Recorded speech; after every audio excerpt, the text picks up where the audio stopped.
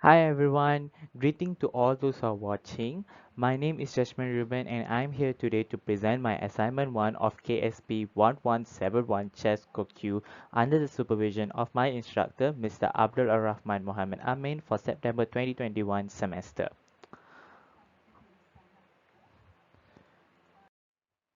So here is a bit about me to kickstart the presentation today.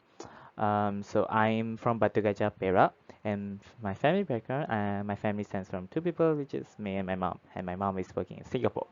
So a bit on my education background, I finished my high school for Sijil Pelajaran Malaysia (SPM) at SMK Sultan Yusof Batu Gajah, Perak, and I did my foundation here in UTP in chemical engineering, and now I'm proceeding with Bachelor of Chemical Engineering with honors. I'm currently in second year and second semester.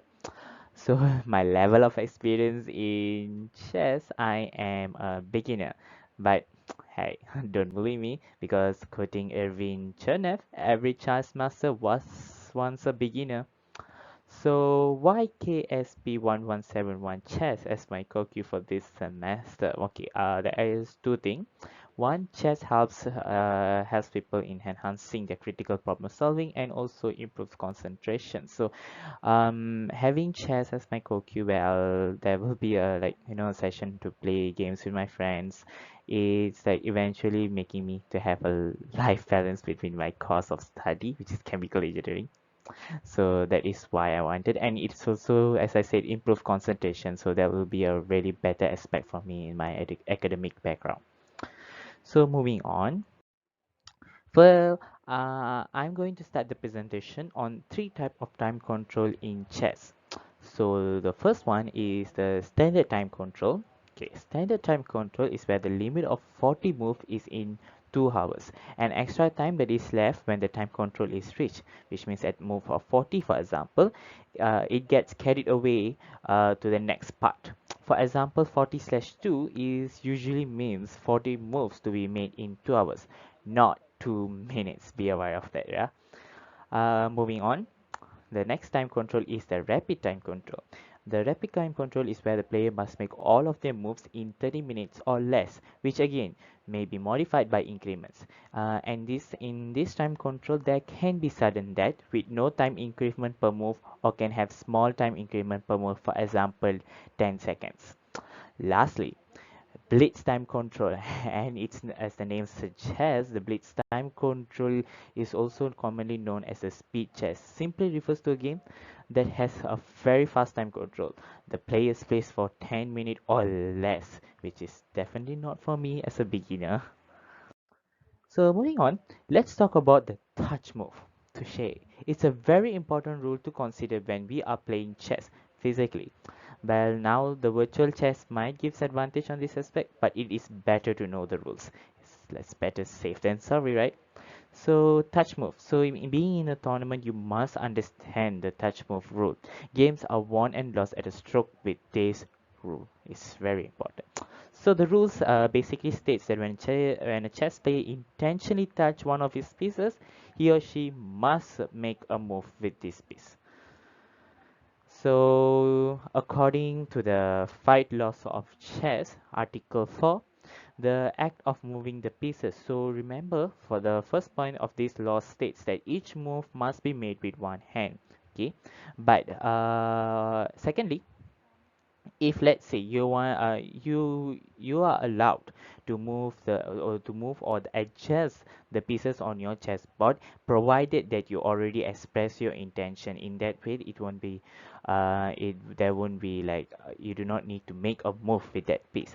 But let's say you deliberately touch on the move, you need to make the touch move you need to make the pieces that you have touched to make a move, either on capturing or anything that is legal on that time. So yeah, but if none of the pieces touched can be moved or captured, then the player may take any legal move. So this is what about touch move. Basically, just be aware that do not keep playing with your hands by touching anything. Just keep your hands on space.